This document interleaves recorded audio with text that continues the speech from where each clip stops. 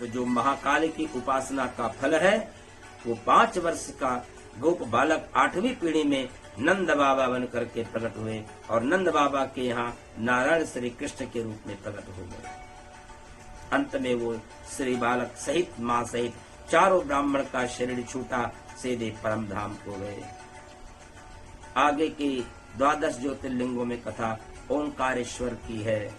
इनका भी चरित्र, ये दोनों मध्य प्रदेश में, इनका भी दर्शन कल्याणकारी है। यह भी स्वयंभू प्रकट हुए हैं विंध्य पर्वत पर। एक बार देवर्षि नारद गोकर्ण नाम के क्षेत्र भगवान शंकर में लीन हुए। विंध्याचल ने स्वागत किया, चारों ओर दृष्टि दौड़ाई। हे पर्वतराज, आपके पास तो सब कुछ है, कहाँ कोई कमी नहीं है। विंध्य पर्वत ने कहा, हाँ महाराज, मेरे पास सब कुछ है। फिर नारद जी ने एक लंबी सांस ली। विंध्य ने पूछा कि महाराज, इस उदासी की मुद्रा में सांस ली।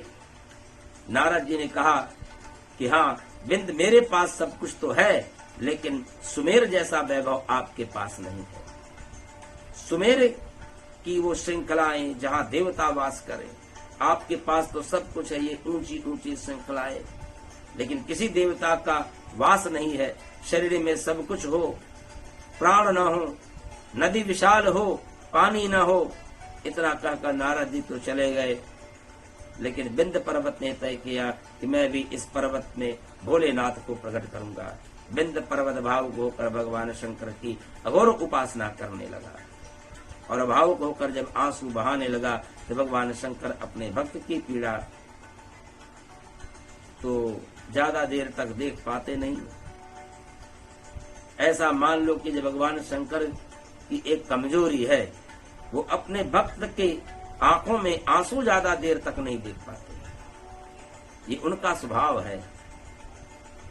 रामकृष्ण तो देख सकते हैं, लेकिन भोले बाबा नहीं देख पाते। भगवान शंकर प्रकट हुए। विंध्य पर्वत ने उनका पूजन किया, दंडवत प्रणाम किया। उसने ऐसे स्थल पर पूजन किया जहां पर भगवान शंकर ओंकार के रूप में स्थित हैं। भगवान शंकर ने वर देने को कहा, लेकिन सोचने लगे इसने तो आज तक दूसरों को दुख ही दिया है, इसे कौन सा वर दूं, कहीं मेरा वर दूसरों के लिए दुख देने वाला न बन जाए। तो विंध्य ने बुद्धि का वरदान मांगा और कहा कि आप यहीं स्थित हो जाएं।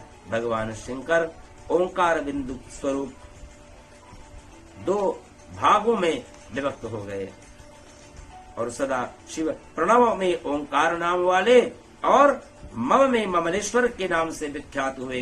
देवताओं ने उनका विधिवत पूजन किया। नर्मदा नदी के कुंड है ओंकारेश्वर और दूसरा है ममलेश्वर। बाण कुंड व धावड़ी कुंड 2 कुंड ऐसे हैं जहाँ पर नर्मदा ये शिवलिंग जाता है। बाण कुंड के शिवलिंग का बहुत महत्व है, मिट्टी का महत्व तो है ही। इस प्रकार से ओंकारेश्वर ममलेश्वर 2 भागों में विभक्त हो गए। बोले शंकर भगवान की जय।